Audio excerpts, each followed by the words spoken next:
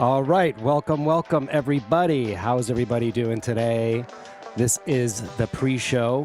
We're going to get going in just a couple minutes, just making sure everything is working and y'all can hear me. Let me know if the music's too loud because, I can't hear what you're hearing, but it should be okay. Yeah, we got an amazing episode today. We've got Joel Olandesca from Simpl.AR, who is going to be doing a live demo. I'm going to turn the music down a little bit. I feel like it's probably a little loud. Live AR demo. We got some technology news. We've got, just some fun stuff going on today. So if you are out there and you are watching, please do me a favor and say hello in the comments. Let me know who's out there, where you watch from. I do see a few eyeballs on the live stream right now, and we're going to get going in just under 2 minutes. So looking forward to that. I'm just going to mute myself while I take a sip of water before we go live. So stay tuned. Show's coming up. Just making sure everything is working, and it looks like it is.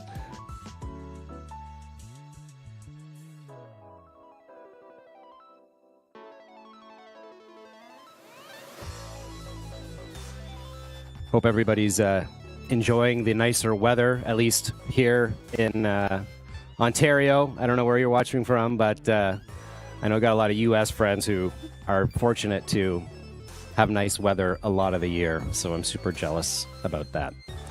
All right, so we got a minute to go. If you're just joining, welcome. Say hello in the chat. Would love to hear from you.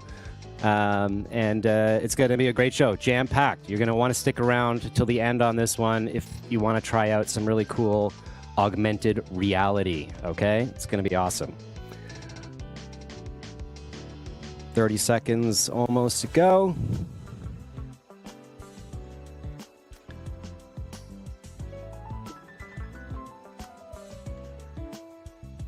Groove into the chill tunes today. Make sure my phone is on silent. We don't want that ringing in the middle of the show.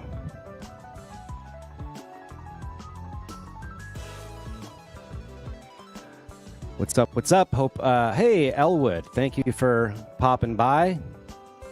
Really appreciate that. And here we go in 3, 2, 1.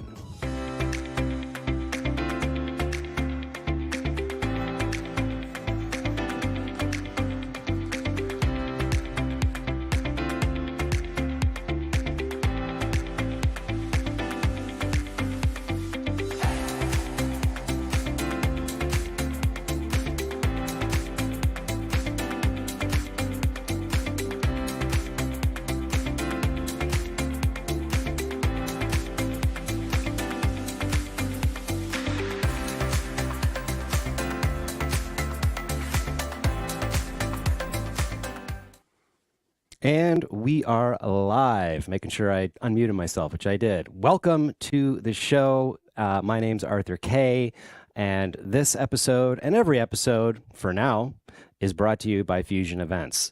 We're gonna have a really exciting show today. I am super stoked. We've got Joel Olandesca from Simpl.AR, and he's going to be giving us a demo of some AR and kind of opening our minds to the possibilities of what you can do with augmented reality. And I do definitely predict we're going to be seeing a lot more augmented reality in our lives, and you may be seeing it and using it and not even realizing that you're actually using augmented reality. So we're gonna talk a lot about that. Let's just get right into the show. As usual, we start with our special report.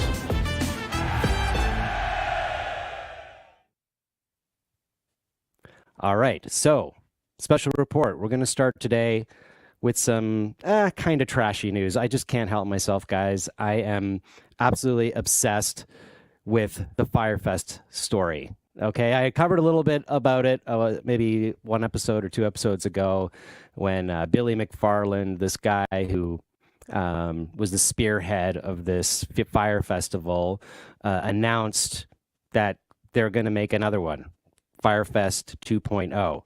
So this clip popped up online that I want to sort of show you. Now I do warn you, okay? It is a little NSFW.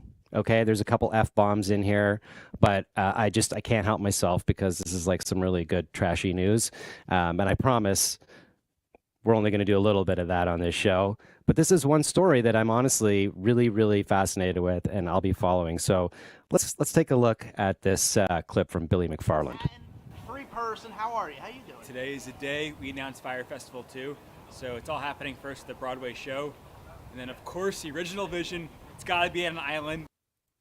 The Broadway show. That should be exciting. It's happening right after Broadway. It all starts with this guy. Fire Festival 2 is fucking happening. Pay attention. Pay attention, Who's this America. Guy? I don't know. So it's actually you're legit working on a Broadway show. Like yeah, so the Broadway singing, show, dancing, that's Fire comedy, Festival 1.5, but instead of like traditional Firefest Broadway 1.5. actors, it's going to be like current music artists combined with like the Broadway format of the play, making fun of me, but I'd really like to know what current artists are going to be involved in this. That should be also, very I think interesting. sharing some of the good sides as well. But that's going to lead to the island. We are paying back the Bahamas in full very soon. $26 million. Very soon, he says. So when we go back to the Bahamas, you got to come with us. So I'm going to get to the Bahamas, but this play, are you going to be acting in it, or are you just helping write it? Are you helping? I'll be narrating, and then there'll be somebody playing me in the play who's like a professional actor. Are you, like, where are you in the production-wise? Do you have a theater, or do you, like, are you just kind I of have working like a killer partner who's doing all the logistics. I'm here just to fuck things up. And Okay, well, I'm sure you'll do a very good job at that. make this shit go viral. Well, let me ask you this now. Obviously, Firefest 2.0. Yeah. How is this one going to be different? Yeah, You know, so- obviously, people are a little bit nervous, a little bit like, is he going to be able to pull this off? But what's different this time than it was last time? So the first thing is everybody in the Bahamas who's owed money for their work, they're getting paid back and getting paid back like right now. Oh, now they're getting paid back right now. A second ago, they were getting paid back soon. And then next is I'm getting help with the logistics. Yeah. I'm getting the best music partners to do the toilets and the bathrooms and the food, and I'm just going to help make this thing a fucking adventure, which I love to do. How is Bahamas to work with right now? Are they cool? Are they open to it? Like, where does it stand right now as far as coming? So Fire 2 is going to be somewhere else. I can't say what country / island yet, but the Bahamian workers are like so important to me, so That's laughable. paying them back first. At the end of the day, there's a very thin line between an entrepreneur being optimistic versus lying. Yeah. Okay, that line gets Very thin fucking line. blurred, Optimistic right? and lying. This Mhm. guy's right up against it. He had a great Poor guy. concept. He maybe crossed the line a little bit. He served his freaking time, and now he's back. Let's freaking do this. Period. Are you working with any of the old people that we saw in the documentary? Okay. Are they gonna be a part? Cut. We got to get that guy out of there. You can see they have a very, deep sort of moral compass. But hey, I can't help myself. Like I said, I'm obsessed with this story, and I'll definitely be following it and keeping you informed, as I'm sure you want to be. All right, so now let's dive into some tech news. Recently, Google had their big keynote, Google I/O 23, and they announced some really big features. And as you all know, this sort of AI race is on. And I don't know if you've had a chance to use ChatGPT, or now there's the ChatGPT beta, which has access to the internet, which I only got access to, I think, yesterday or the day before, and I tried to play around with it, but it was not working properly. So more need to give that another chance. But Google has Bard, which is not available in Canada yet. I'm eagerly awaiting access to it. But Bard is interesting because it has access to the full web. So ChatGPT is only trained on data up until 2021, I think September 2021 or something like that. And while Bard is going to have access to all the existing content on the web and anything new on a daily basis, on a per second basis that's being added to the internet, Bard will have the capabilities of accessing and being trained on. So that's quite interesting. So I do want to show you, let's take a little look at some of this Google I/O, because I think there's some really interesting things here, and just the production of this is actually really beautiful and worth looking at. So here it is. I am just so excited by the potential of bringing generative AI into search. What you see here looks pretty different, so let me first give you a quick tour.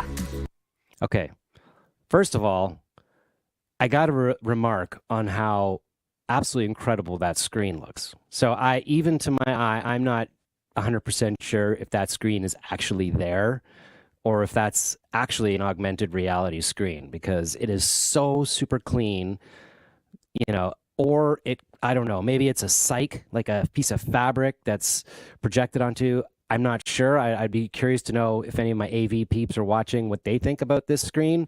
But it's very, very beautiful. So let's keep it going here. You'll notice a new integrated search results page, so you can get even more out of a single search. There's an AI-powered snapshot that quickly gives you the lay of the land on a topic. Let's say you're searching for... So this is going to really disrupt sort of traditional Google search results, which is really wild.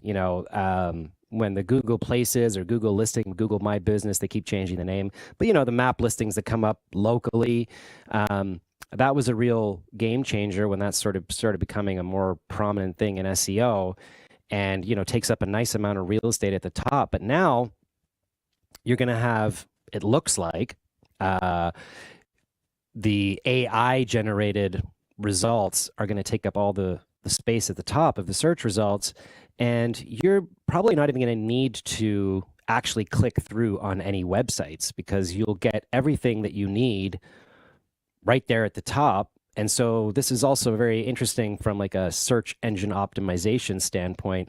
This could really change some things in the sort of SEO game, if you know anything about that or follow along in that. But let's keep going. A good bike for a 5-mile commute with hills. In the AI-powered snapshot, you'll see important considerations.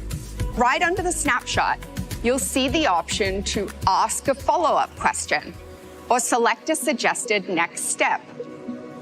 Tapping any of these options will bring you into our brand new conversational mode. If you're in the US, you can join. Okay, so I'm gonna skim through here. There's some other really interesting stuff here. Okay, yeah, this guy's interesting here. For example, have you come across a photo on a website with very little context, like this one of the moon landing, and found yourself wondering, is this reliable? In the coming months, we're adding 2 new ways for people to evaluate images. First, with our About This Image tool in Google Search, you'll be able to see important information such as when and where similar images may have first appeared. So this may be a really good tool to sort of see and determine what is AI generated or not AI generated. And it really looks like, I think there's a little bit here about, obviously they have their products, Google Pixel 7, which is going to have integrated AI, so you can create AI, backdrops for your phone. They also have this new foldable phone, which is really interesting. Folds take a quick look at that. Into an incredible compact tablet. The unique combination of form factor. So, there's that, plus a lot of other, developer sort of tools that are coming down from Google. So I think that's really, something to watch. And it's, the AI wars are heating up. So stay tuned, as we'll also, keep a close eye on this, because it's something that I'm personally very fascinated with and very interested in. So now we're going to move on, sort of getting into the topic of the day, talking about augmented reality with Joel, who's going to be joining us very soon. So what I want to talk about leading into that is the how gaming engines are affecting sort of media, live events, and entertainment. So I don't know if you've ever heard of, there's two sort of gaming engines that are probably the biggest, which one is called Unity and one is called Unreal Engine. You may have heard of Unreal Engine. They've been in the news a lot. There was some lawsuits, etc., around Fortnite, which is a game that they developed. So Epic Games is the sort of the main company, and Epic Games has created Unreal Engine, which is a gaming developing platform, which has become so incredibly robust that now it's being used in many, many film productions. And Unity is also a gaming engine. And now I'm not an expert on this, but from what I can surmise, it seems like the Unity side is kind of a lot of AR developers use it for, creating, like Snapchat filters and things like that, and also video games, whereas Unreal Engine really seems to be the go-to choice software for graphics for the Olympics, for the Super Bowl, for NBA games. So here, I'm going to show you a little clip about Unreal Engine, and let's just take a quick look at this because I think it's fascinating. Ooh, oh, that's really good. And the chairs are a very nice touch. Yeah, I think so. Now, I love everything about this bar saloon. However, I'm thinking the wallpaper color should be red. No. I'm thinking more of like a royal blue. No, There we go. I really think a red would be a very good touch. Or just blue though. So. It's funny, I hear you, I see you. However, red fits the theme better. Blue. Red. Blue. No, let's go back to red. Blue. No, red. We'll keep it at red. And wait. This That's is not millions of dollars worth of tech. Okay, yeah. We are here about to enter the Epic Games Innovation Lab in Los Angeles, California. And inside this building is the Volume, the same technology that they used to film The Mandalorian. And we're going to get to shoot a scene with the director of photography of The Mandalorian. Unreal Engine 5 powers this whole thing, so let's check it out. Let's go play. Epic Games invited us for an exclusive tour of their Los Angeles studio where they run Unreal Engine 5 on a huge set of LED screens. They call it the Volume. This is the same technology that brings all of our favorite video games, TV shows, and movies to life. But what exactly is the Volume? The way I try to explain the Volume to people, especially the LED Volume, is that you are in an immersive 3D virtual/real environment. I think the trick is to not think of it as a virtual environment. Imagine that you are in that space and you have a static depiction of that, and when you look through the camera, what the camera is seeing is a complete integration between the physical reality and the virtual reality. That looks real. I'm in a cave right now. Combining physical and digital elements, especially on set, hasn't always been this easy. So that's a little glimpse into how people are using Unreal Engine in film production. And they mentioned The Mandalorian. I believe a large majority of that show is shot on an LED Volume. So that's really interesting. And then you have, sporting events that are using augmented reality in a sort of different way, where they're using Unreal Engine and sort of feeding their camera data into Unreal Engine, or the other way around, and doing all the effects inside the camera that gets sent out to the broadcast. So I'm going to show you, this is pretty wild. Take a look. You've never faced anything like this.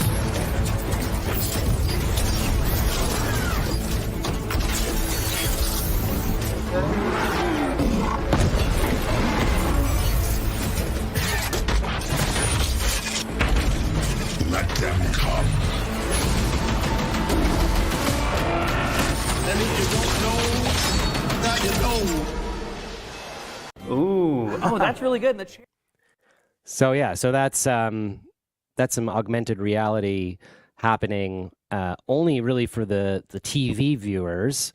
Obviously, you wouldn't be seeing that in the live environment until such time as we have, AR glasses. But they do definitely have other types of augmented reality, which I'm sure Joel will tell us about, that you can do in a live environment.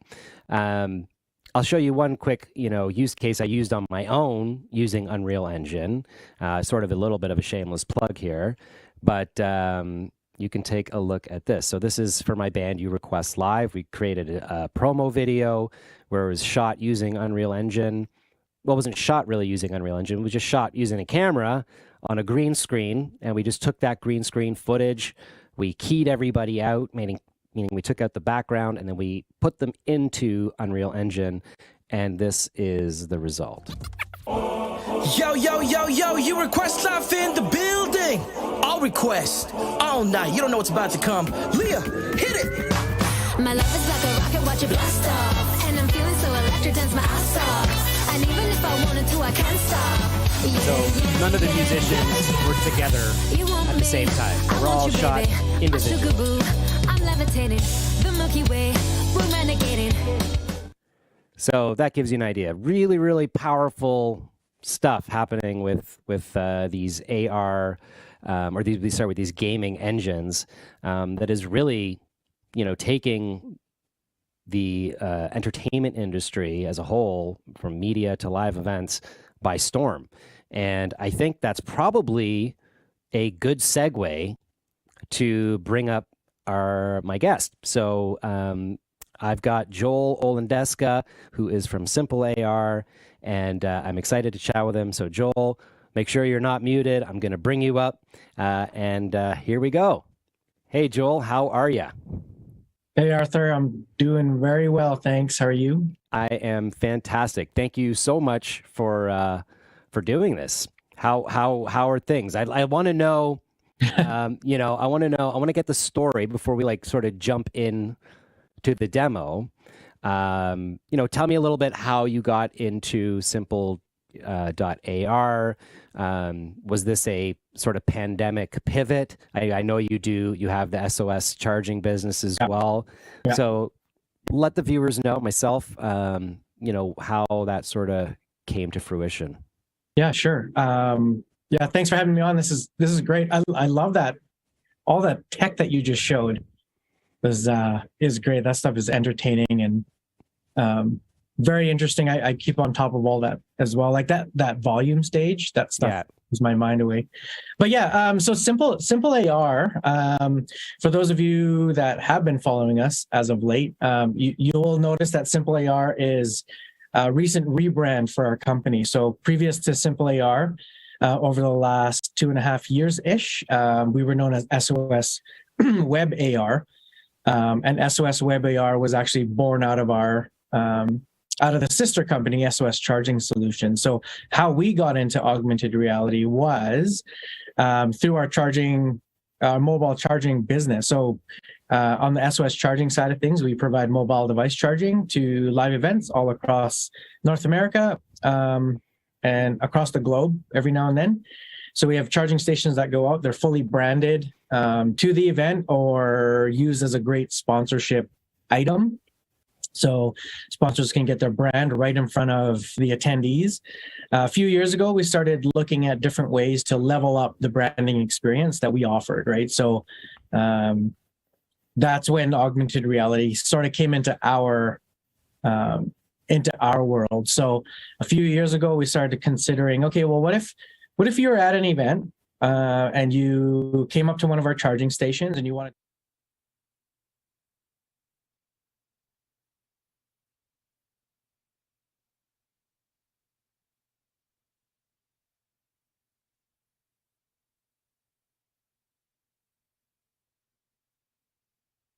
will give you a little bit of a welcome. You get a bit of info about that company, so on and so forth. A few years ago, it was a bit difficult to do that, mainly because of a number of different friction points and factors that had to come into play. And I'll get into that as we get into a bit of the demo here. But what really happened was mid 2019, web-based augmented reality became a thing. And that was our opportunity to really jump onto this technology. Of course, we know what happened around March 2020. That meant live events went to a complete shutdown. No live events were able to happen. That allowed us the opportunity, our team, to really dive into this technology of augmented reality. And once we really started to figure it out and see what we could do with it, it grew its own legs, and we doubled down on this technology, and we've been working extremely hard on bringing it to our industry and making sure that people can take advantage of this technology that's been around for quite a while, but isn't really used to the degree that it can be used for. So that's sort of the story. And we knew when we started SOS Web AR that it wasn't going to be known as that forever. That was mainly because we already had a brand that we could sort of piggyback off of. And then literally about a month ago, we launched our rebrand, which now we're known as Simpl.AR, and that's what you're going to get a show of today, a little bit of what we do. I like it because it's simple, you know. It makes you feel like, okay, Simpl.AR, great. This is going to be easy to use, right? And so it should be, right? Yeah. It should be, yeah. And that's the thing, is it should be easy for you to deal with, right? It shouldn't be difficult for you. You shouldn't look at augmented reality as this massive thing that you have to take on. Like, we take it on for you. Yeah.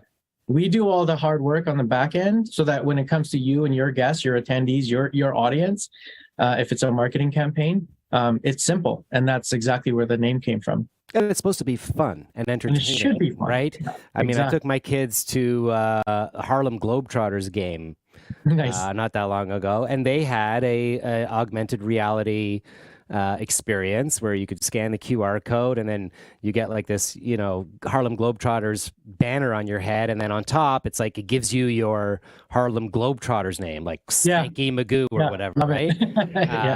And my kids, you know, they loved it. They were more interested in playing with that than watching the game. So yeah, why don't we let's get into it, because I want to learn. Okay, yeah. So yeah, definitely get into it. I like that example that you just gave. We'll talk about how that stuff sort of happens, how it comes to fruition. But yeah, Simpl.AR, we are a web-based augmented reality company. We always start off by really defining what augmented reality is, mainly because, as you have mentioned, and as I've mentioned already, that it's not a new technology. It's been around for quite a while. And you mentioned earlier exactly what we say is a lot of people don't realize they're using AR on a regular basis because of the tools that have been provided to them. So by definition, really what's happening with augmented reality is you're able to view digital content on top of the real world, and you're able to experience that through your mobile device. And eventually, in the next few years, we will be able to just throw on a pair of AR glasses and be able to experience it that way. So that's according to Apple, it's coming sooner than later. According to Apple, like they're supposed to launch actually this month their mixed reality set of glasses or goggles, right? So yeah, you can be sure that we're already working on mixed reality on our end too. So, you know, our team is really looking into what's coming in terms of the glasses side of things, and we've got some pretty cool things coming down the pipeline. But really, again, that's what you're doing, is we take digital content overlaid onto the real world. And it's typically experienced through an app. So the image you see on this slide, for example, is the IKEA app, right? So when you're using the IKEA app, when you're placing a couch or table in your living room or kitchen, that's augmented reality. If you apply a filter to yourself on any of the social media platforms, Snapchat, TikTok, Instagram, Facebook, etc., that's augmented reality. Again, we use it on a daily basis, multiple times on a daily basis. We just don't know that's what we're doing. So we're taking that technology and we're taking it beyond the wow factor. We're taking it beyond the entertaining, fun factor, wow factor, and we're applying it to the events and experiential marketing industries. So that's what we're doing with it. And we're doing that through web-based AR specifically. And our goal as a company is to take this technology, make it simple as possible for you and the end user. And then that way it's easier to deploy and adopt by all audiences. Going back to a bit about the technology itself, we're huge fans of it, obviously, because it's fun and there is definitely that wow and entertaining factor that you can get around. Like you said, like at the Globetrotters, like you can do fun stuff by giving you or finding out what your Globetrotter name is, right? But right here, this slide is really where the meat of augmented reality is. This is why we're very, very big fans of this technology. It's scientifically backed. There's a lot of research that gets done for augmented reality or behind augmented reality. And you're getting statistics such as this. And one of the ones that I always point out is the 70% uplift in memory encoding. So especially as event professionals, as event marketers, we want people to remember experiences that they go through. Like that's a big part of what we do. Augmented reality is a tool that allows you to do that. And it's scientifically proven to do that. So when anyone experiences an activation through AR, their ability to recall information that's given to them from that activation goes up by 70%. Like that's a huge number. We want people to remember things that way, right? And then the other things on there is like 94% higher conversion rates. I'll get to how we know these numbers too. Like we've got some examples in here that we have backed data on. Increase in there is a higher attention span when it comes to it versus TV and online browsing. And that's because you're integrating all learning methods. So there's visual, auditory, and kinesthetic, or the touch and feel part of it, because you're on your mobile device using it. So you combine all three of those, and then it helps really cement information into your brain so that you're able to recall it better later. One of the other things too that we've learned and that we've gotten really good feedback on is the ability for augmented reality to give people the same experience, whether you're at an event in person or if you're attending that same event online. So we've coined the term hybrid. It's a hybrid tool. So because you can give that same experience to each of those audiences, whether they're physical or not, they'll be able to experience the same emotions. They're going to give the same reactions. They're going to go through the exact same motions, and they're going to get the exact same information. So there's no difference in how they feel. So that's a huge tool especially for our industry right now, is looking for that extra way to connect online and offline audiences. Of course, like our devices just keep getting more and more powerful. Yeah, it'd be nice to try an AR thing on the Google Fold. If you just saw it, Ari, that thing comes out. Yeah. And that's the thing. A lot of the cool thing about this is with web-based augmented reality, you have ways to automatically adjust what's happening to the device that you're on. So you don't necessarily have to, code specifically to an app. All of that can be done through the web-based side of things as well.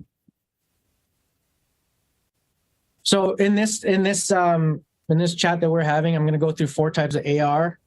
These are mainly the 4 main types that you'll see out there: face track, 360-degree experiences, image tracked, and world track. So I'll go through each one of these, and if you're keen to, make sure you grab your phones. You'll be able. First, I'm going to put my avatar. Oh, look at this! On. Look at you. Okay, there you go.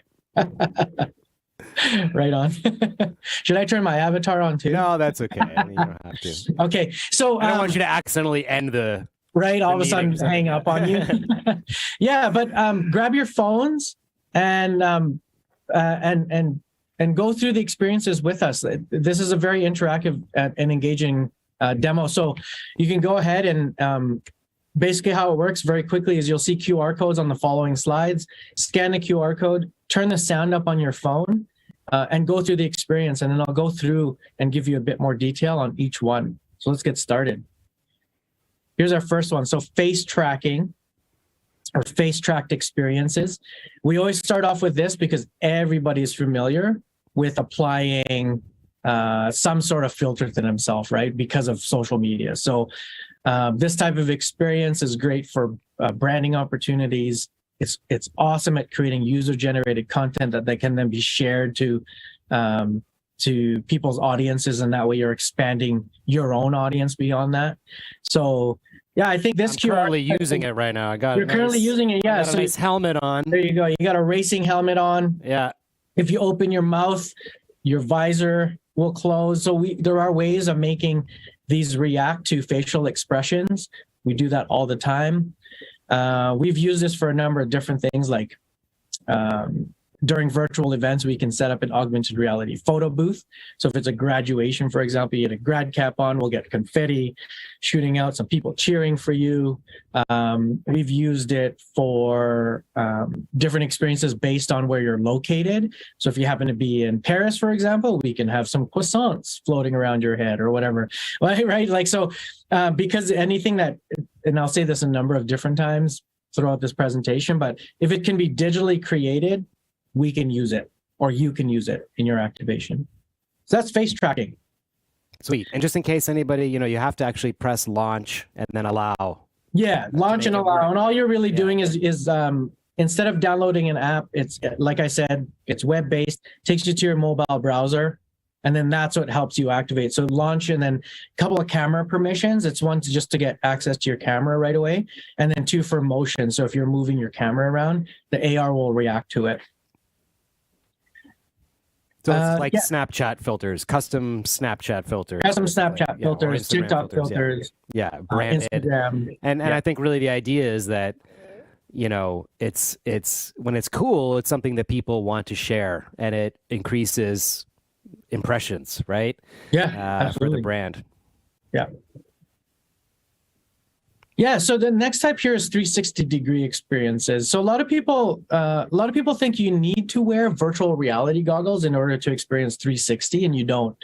So this is an alternative for those of you who get dizzy or queasy or feel claustrophobic when you put on a pair of virtual reality goggles. So in this example here, what you'll see is Dinny the Dino, which is one of the oldest statues here in Calgary at our zoo.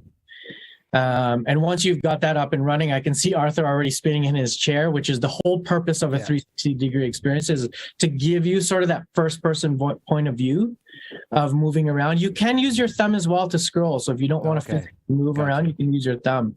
But what's neat here is we're giving you 2 points of view, right? So you get Dinny's point of view, and then if you click bird's eye, it takes you up even higher, about 10 stories up, and you get a really nice view of that surrounding area. And what I want to point out here is that content within the content. So you're not just in a 360-degree environment. You're in an environment where you can tap on things and learn about things while you're there. So in this case, when we worked with the Calgary Zoo, they wanted 3 main things for their guests to learn about that area, and that's what you're getting there. So you're getting the land acknowledgement, the AZA accreditation for our local zoo, and conservatory, and then of course one of the bridges that's right there. So that's how we can apply 360-degree experiences to AR, and we use this for a number of different things. So here, this is an example.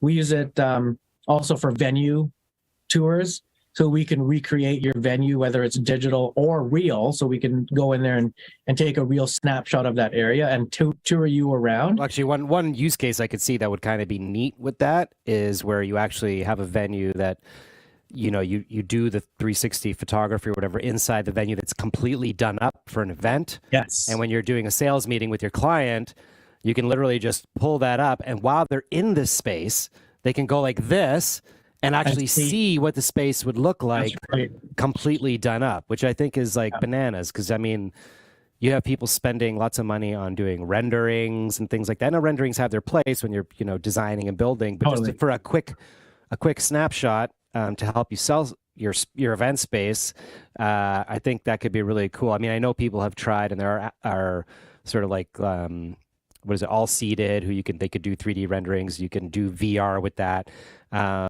But that's, I don't know, it's a lot of programming and work where you could just literally do this. So is is it a 360 camera that you use to capture? Yeah, that's exactly it. Yeah.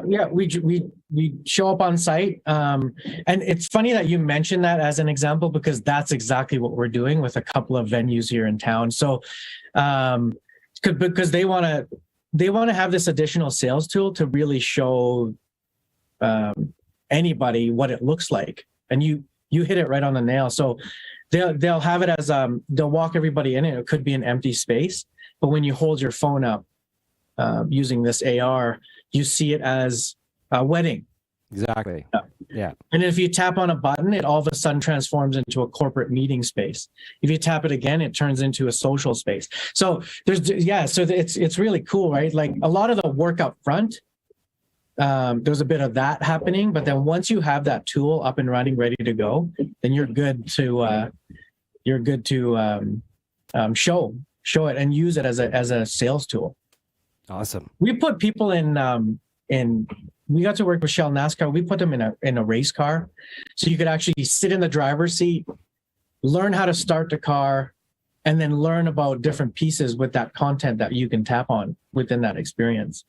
What would be really cool is like to actually put the 360 camera in sort of the driver's lap, if you will, like on a stand or something, like, or on like while they're something like in or just have it on their helmet or something, or somewhere, and then where you can actually film them driving in it, and you can actually like experience what it's like in the cockpit. So many ideas, right? You just can get creative with this, right? Yeah, no, I don't want to give away too much, but stay tuned for something like that. Yeah. Okay. All right. Okay, next type is image tracked experiences. So image tracked experiences, we're seeing a lot of this around now in the art space. So there's a lot of cities that are doing painted murals, and then they're making them come alive with augmented reality. So how we're doing that in our industry for events and for experiential marketing is we're taking basically for image tracking, we're taking still content and making it come alive. So with this one, what you want to do is activate it through the QR code. Okay. And then for an image tracked experience, you need to keep your camera pointed at the image in front of you. So keep your camera pointed on the image on the screen, and then you'll see it come alive. So turn your sound up. There's a lot of sound and everything going on involved, sound effects and all that with this activation. And there's a few other image tracked experiences that I can show you. Very cool. Yeah. So this is a really quick one. So this is a pre-event piece that we created for them. So basically, this was helping Olandesca set their VIPs to get ready for more AR experiences once they got to the actual event. Yeah, I mean, onboarding is important. Huge, right? Because you want to take care of all that troubleshooting sort of ahead of time, get them ready. So this image was actually embedded into an email, and they were able to send it out to all their guests, get everybody sort of ready. And if any guests had any issues, they had people ready to answer email responses, that kind of thing. And it took you, the call to action here is taking you right to the registration site, getting you all set up that way, right? So that's what we're doing is we're helping our clients and customers fulfill business objectives through AR, and then we really encourage call to action. So don't just end it off at the AR experience. Take them somewhere.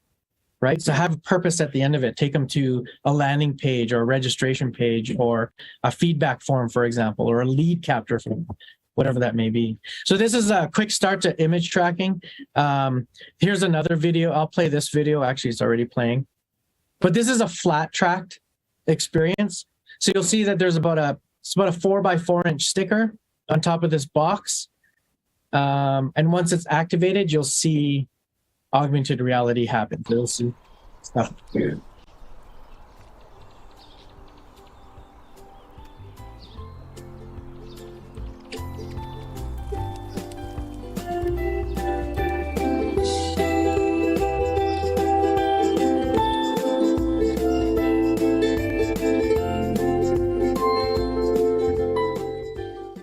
Hey there, my name is James Davidson and I lead talent acquisition and global mobility for PwC Canada. I'm just going to let that keep playing. I'll turn the volume down just so you can see what's happening here, but I'll give you a bit of a background here. So we always work with within guidelines, like brand guidelines, that's very, very important to our team and to us. So as you can see, this is specifically for PwC. So all of the content you see here was sent to us and we use it. So everything from like colors to graphics to everything like that. But what I want to point out is James, right? So he's the VP of talent there. They wanted a way to give a personalized message to their audience that received these boxes. So that's where James came in. And in this case, he's a 2D, but we are getting into 3D. So that volume room that you showed earlier, volumetric use is becoming very popular now as well. And there are very cost-effective ways of capturing volumetric content. So that's the kind of stuff that we're working on. So there you go. So I'll hit pause here because you can see that. Oops. And actually, the use case, like how, excuse me, how I came to sort of even have this conversation with you is I saw your Simpl.AR newsletter. Yeah. Which is a fantastic sort of unique way to put out sort of an update or content or a newsletter, which was like, I scanned the QR code, then this rocket ship came flying down onto my desk, and then Joel popped up on a screen. Yeah. And he did his thing. It was all very futuristic. And then there was like, these little icons, floating icons, so you can access different content, which I thought was really cool. Yeah, and it's just another way of delivering content and information, right? Like it is a great communications tool, and that's why marketing companies and that's why live events are really jumping onto this technology, is because people are really looking for more engaging and interactive ways to deliver that content, and this is one of the ways you can do that. Yeah, so here, check this one out. Give this a scan. It's about a 60-second activation. Here, let me put it full screen for everyone at home. Yeah, let's go full screen on that so that you can really experience it. But you can activate it through the QR code again, make sure your sound's up, and then keep your camera pointed at the watercolor painting in front of you. Okay, remember, just click launch and allow to activate the camera. And you'll get to learn a little bit more about the city where I'm from, Calgary.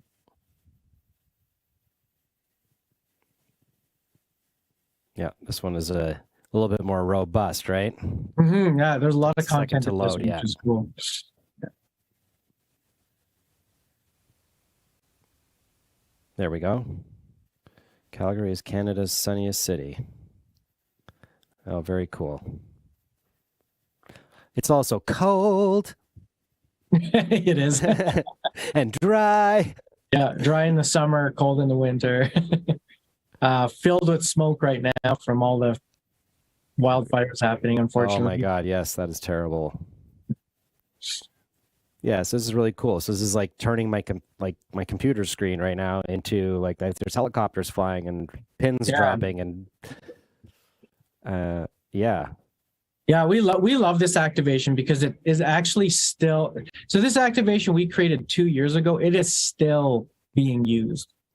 I mean, I could see something like this, honestly, at an airport, or in a museum, or, I'm going to pull that down. Hope everyone got a chance to do that because that is really, really cool. Yeah. And in this case, like this is, you'll see at the top of the slide, it says large format image tracking, and really is large format because this image was then turned into a 20-foot by 8-foot wall.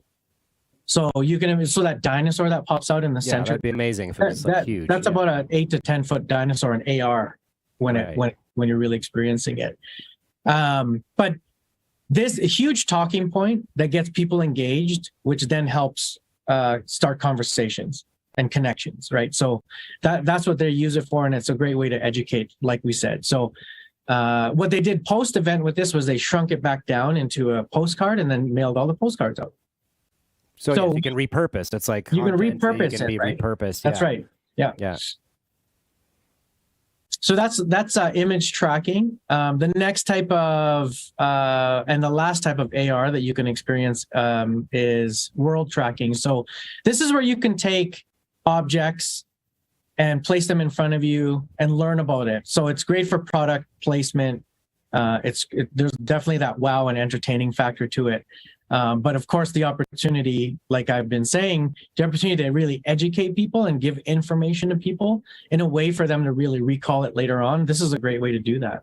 So in this case, I believe this one is the car. So you can tap and learn a little bit more about that car. If you tap on the icon at the top, you'll see that you all of a sudden get dropped into the car. So you can look around and learn more about what's inside of there. So we can combine a lot of these AR experiences together, and a lot of users are doing that, which is great. I've actually seen some. I can't remember if it was the Gap or it was a large clothing company that was essentially putting these AR mirrors, which is essentially a screen with a camera behind it. Yeah. So you can stand in front of it and then you could be wearing choose the clothes. outfit you want to Yeah. wear, right? Yeah. Which I think is really, really cool. Definitely, if you can get if it can size you up and everything, that would be even better, right? Yeah, order even from more, home. right? You just kind of do it at home, Yeah. on your phone, or get your wife to point the camera at you, to take a picture, say, "How do you like this outfit, honey?" Yeah, You exactly. know? Oh, your size is up. Okay, hit order, and next day it shows up. Actually, going back to face tracking really quickly, we do that with a lot of our activations. You can have it so it points at you, but if you flip your camera, you can actually place, that helmet on somebody else in front of you. Right. And take a snapshot that way. Yeah. It's just cool. Like it's a neat way to interact with other people as well. So By the way, Robert Simmons says Unreal. Yeah. So yeah, this is just another World Track experience that we did for a fundraiser for the Candy King Gala. It allows you to build a snowman. Really, really fun for all ages. You can then, once you're done creating your snowman, as you can see on the image on the right, you can zoom out of it and then take a photo with it and then share it. So even more user-generated content being created that way. I'm just going to leave this up for a sec because it takes a sec to load up. In case anyone... oh, there we go. You can build. That's fun. You shake the snow globe and snow flies around. That's really cool. Yeah, it's really neat. Really fun experience. Shareable. This one is, people play with this one for quite a while once they see it. So those are the 4 types of AR. So again, face tracking, 360-degree experiences, image tracked, and then now world tracking. Now, while you're all going through all these experiences with us, this is what we're also capturing on the back end. So again, because it's a digital experience, the bonus to that, and I think one of the expected things now out of any digital experience is the ability to capture data and analytics. So that's what we're doing. So we capture this kind of data, as you can see on the screen. So scans, dwell time, hotspots, or anything that you tap on. Depending on how long your campaign goes for your event, you can get statistics on a day-to-day basis, time of day, and then country, right? So this is very high level. This is surface level data. We have the ability to connect Google Analytics, though, to our activations. So you get even more detailed analytics if need be. But yeah, this is going back to the statistics slide. This is how we knew that the Tourism Calgary wall, that watercolor, had 94% engagement, because they were able to compare all their total scans versus the number of attendees that came through to chat with their team. Right. And then one of the cool things is that dwell time. So on average, that Tourism Calgary activation had a 90-second dwell time. It's a 60-second activation, but people are sticking around for an extra 30 seconds. Right. Probably to watch the fireworks at the end. But we normally have a call to action at the end of that too, which we alter and change depending on the event that they bring it to. But yeah, these are this is where you really get the bonus out of it, or the the ROI, right? So the ability to really find out what's happening behind your campaign. That's where the analytics and data come in. Timelines, these are just some preemptive slides coming up because these are the frequently asked questions that we get. But one of the questions we always get asked is, okay, so how long does it take to create an activation? 6 to 8 weeks is the sweet spot for us. We've built stuff within 4 to 6 weeks, but 6 to 8 weeks does give us a great amount of time to really go through what you see here timeline wise. So a proper kickoff where we talk to you and really give you more detail on how to make your AR campaign successful. Again, it's not a new technology. It's been around for a while, but because of the way it's being used in these cases for us or through us, we've been able to gather a lot of knowledge and data to really pass that off to you. So we can help you really make that AR campaign a success, especially because sometimes it's the first time you're doing it, right? You don't know how it's gonna be, so we can really help you out with that. Really hammer out the ideation and the brainstorming, and then start creating content and gathering content. And then between that time and launch, we'll fit in a few review sessions, about 30 minutes a piece. And that allows you to really see how your activation is coming along. So that first one, you might not have one to really experience yet, but we'll have some really detailed concepts put out in place and maybe show you the back end of what we're working on. By the second review, will have something in place, something to really adjust and play with. And then by that final review, very, very minor tweaks and adjustments to your activation, and then it goes to launch. Have you found that, I don't know, in your side of the business, but I know mine, the lead times just keep getting shorter and shorter. Oh, yeah. Is that, are you experiencing that as well? Absolutely. Yeah. So that's where it really comes down to the communication within our team is, in my opinion, pristine. Like we constantly communicating with each other all day long. Mike, our developer or coder, he has quite the list of projects to work on, but like we've learned how to juggle multiple projects at the same time. We're slowly growing the team as well, so that we can allow for quicker turnaround times also. Next steps, really. So I'm just sort of walking you through sort of what happens when you decide to create an activation. So normally we'll take you through a demo like this. You take that away, you sort of brainstorm.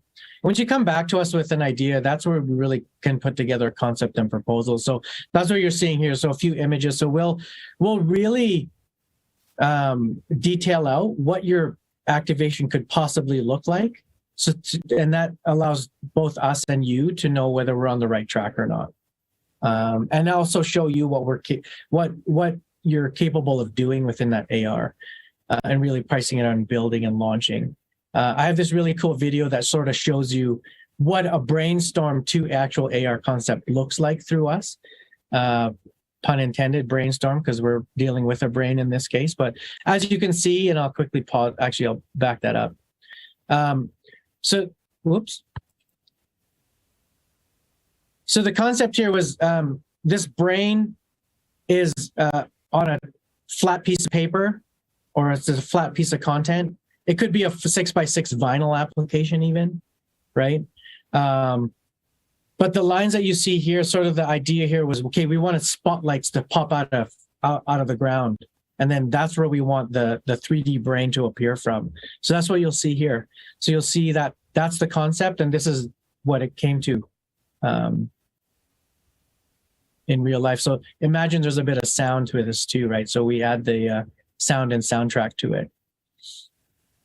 And then the AR piece is that brain actually coming out of that flat surface and becoming a 3D object, which you can then add hotspots to so people can learn about the brain. Taking it even a step further, like we were able to draw people into the brain, so you can actually see in a 360-degree environment the different parts, the front lobe, temporal lobe, all the different sections of the brain, right? So that's sort of what a concept would look like. Reminds me of that. What was that 80s movie where the guy gets shrunk down and Oh, Honey, I Shrunk the Kids. No, it was another one. I'm trying to remember. He's like in this little ship and he's flying through the body. Yeah. Yeah. But yeah, that's pretty much it. I'll quickly wrap it up here and then we can, I think you might have some questions, Arthur. But yeah, like I said, AR is not yet mature. It's been around for quite a while, but it still hasn't matured.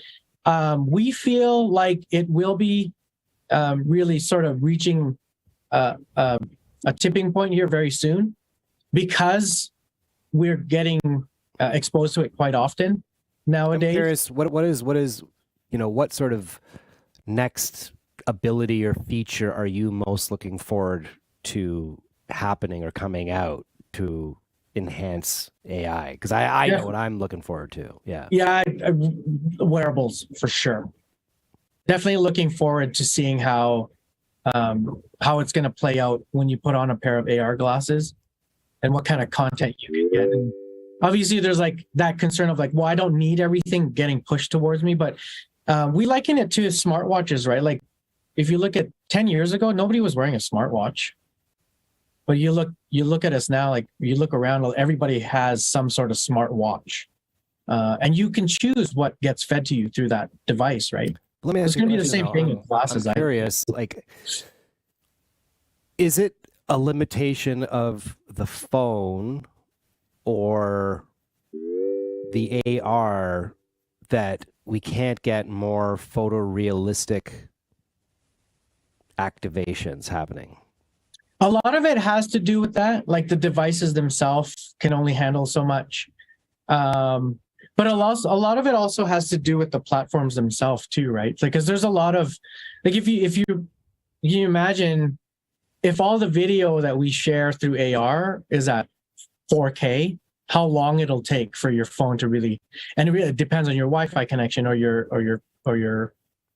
phone signal too, right? Even if you're on 5G, but I mean, even just I just mean like the content. Oh, like the actual graphics and stuff like that. Graphics, yeah. Like I would be okay with 1080p. It doesn't have to be right. It doesn't have to be 4K. No, it doesn't. But you get like when you look at like the Mandalorian and that Unreal Engine stuff, there's a real level of sort of like photorealism. Yeah, that is you're starting to be able to achieve in virtual production. Now, I haven't seen that level of photorealism in AR, and I was just wondering if that's a limitation of like bandwidth or the phone. Yeah, it's all of that. Handle, yeah. It's definitely, it has to do with the hosting end of things, the bandwidth, the quality of device that you probably have. But yeah, there's a whole bunch of factors that definitely, and I think it just keeps getting better and better over time. Like you're able to, like for example, this is going to get a bit techie, but like polygon count on a 3D object, you're limited to the amount of polygons that we can use, right? Within a web-based activation. Right. So, the alternative to that is okay, like go to an app-based AR activation, but then now you're adding time and cost to it. So the alternative to that is web-based, which is what we do. So you've got to sort of find out what that middle ground is. Right. Right. Can we still deliver an effective activation, but maybe use a lesser quality 3D object? And will it still deliver the same experience? Most of the time, the answer is yes. Right. We can. Nice. Yeah. And what else? What are the sort of like, are there any misconceptions about AR that you come across? I think one of the number one, I think it's just because of the amount of realities that are out there. AR often gets mixed up with VR and vice versa. It also gets mixed up with AI, and I think it's just because of all the acronyms that are out there, and it just goes back to why one of our goals is to really simplify augmented reality specifically, is because of all these different realities happening, we really want to become the subject matter experts at this technology specifically, so that we can really deliver the great uses out of it. and help people really wrap their heads around it. Yeah, and the possibilities of what you can do with AR. I mean, I don't think a lot of people realize like the like, for example, here I'm going to show you this. Let me show you this little video here. Here's just a good example. Okay, so you're on a construction site. Yes. And okay, you scan the QR code, and boom, now you can like show your entire CAD drawing in reality. Yeah. Or for example, check out this one. This is wild.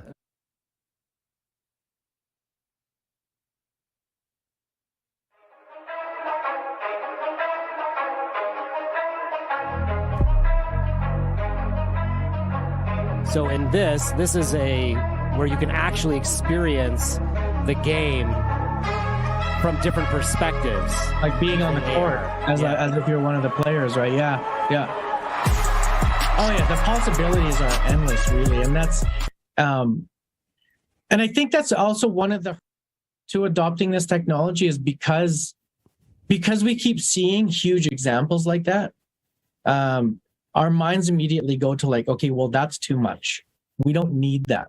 Yeah, I mean that was a special thing between the Cleveland Cavaliers and Canon, the camera people, and that was probably like an extremely expensive thing to do. But it at least it will become less expensive as all these technologies have, and in fact, like things like Unreal Engine are free to use. So is Unity. Until the point where you make $1 million. I don't know how Unity is, but Unreal Engine, you can use it as you see fit. But the moment you make $1 million, you have to pay Epic Games. Yeah. And a lot of platforms are like that, right? And it goes back to why a lot of clients come to us is, so I'll use like an experiential marketing agency as an example, right?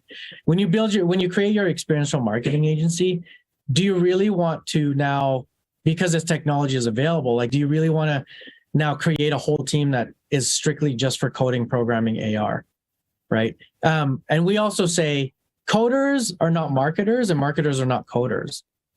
So what we've done with Simpl.AR is we've actually combined the two. So within our team, we have marketers and we have coders that work hand in hand. So we're sort of that middle team that works between an agency and their client to create these activations without an agency having to recreate their whole team or having to create a team of its own to do all this, right? That's where we come in. Yeah. Well, it sounds like, there's a lot of opportunity coming up in the near future for you and for anyone involved in this space. Even though it's been around for a while, I feel like it's still kind of early in the game. It is. Once Apple does have a tendency to blow other products out of the water. So it'll be interesting to see. I mean, the whole metaverse thing seems to have kind of been a flop with it's still there, but the hype didn't live up to the hype. Yeah. I think it's definitely just ahead of its time. And if you look back at the history behind AR, about 10, 15 years ago, that was the same thing, right? Like there were people really pushing AR because they thought that was the next big thing. But because of the adoption rate and the ability to experience it was a bit difficult. Well, also sort of went away. Exactly. Like our devices weren't ready for it. Yeah. Whereas now, a lot of phone manufacturers it's part of their plan, so that you can experience AR with your device. It's not a nice to have; it's like a must have now. Yeah, right. Absolutely. So, yeah. Well, listen, I think we've gone even a little bit over time here. This is probably, no. There's no time limit. It's my show. I can do whatever I want. So we could talk about it all day, but it seems like a good time to wrap. So why don't you let people know how they can find you? How do they book Simpl.AR or get in touch to learn more? Yeah, for sure. So LinkedIn, nice and easy. Any social media platform, really, you'll be able to find me. We haven't completely updated all of our emails and everything with the rebrand, but we're still at info@soschargingsolutions.com. That's one quick way to get it, or any of our first names. So Joel at soschargingsolutions.com. I'll definitely put the contact info in the show notes for anybody who's watching this after the fact and or listening to it and want to get in touch. So I want to thank you very much, Joel. It was a really cool demo and great to get to chat with you. I hope that everybody at home got to check it out and enjoy that. And just so I know, Joel, for our listeners who are, people are going to watch this after the fact, those same QR codes will be active. They can check them out anytime, right? Oh yeah, you bet. Yeah. Awesome. Yeah, we this demo or presentation, it goes on tour. So it's alive. It's constantly on. Like, so those QR codes are always active. Yeah. Nice. Okay. Awesome. Yeah. Well, thank you so much for being here. I really appreciate your time and getting to experience this and learning more about Simpl.AR and what you guys have been up to. And it's an exciting time in this digital world. So maybe we'll have to have you back in 6 months, because it seems like every 6 months there's some type of revolution happening in technology. Yeah, sure. To see great. How ChatGPT has taken over the augmented reality world. So thanks again. Yeah, I know. I appreciate the opportunity. It's our goal of ours to really educate people up at the least. Yeah. Educate people on AR. So thanks for having us on here. And no problem. Pleasure. My pleasure. So. This is Arthur K. Thanks for tuning in. And I forgot to do the whole social media thing. If you are watching, make sure you give it a like and subscribe. That really helps us out, get it to more people. And also we'll, make sure that you get notified for the next show, which I'll be announcing soon. So have a wonderful day. And this is Arthur K. signing out.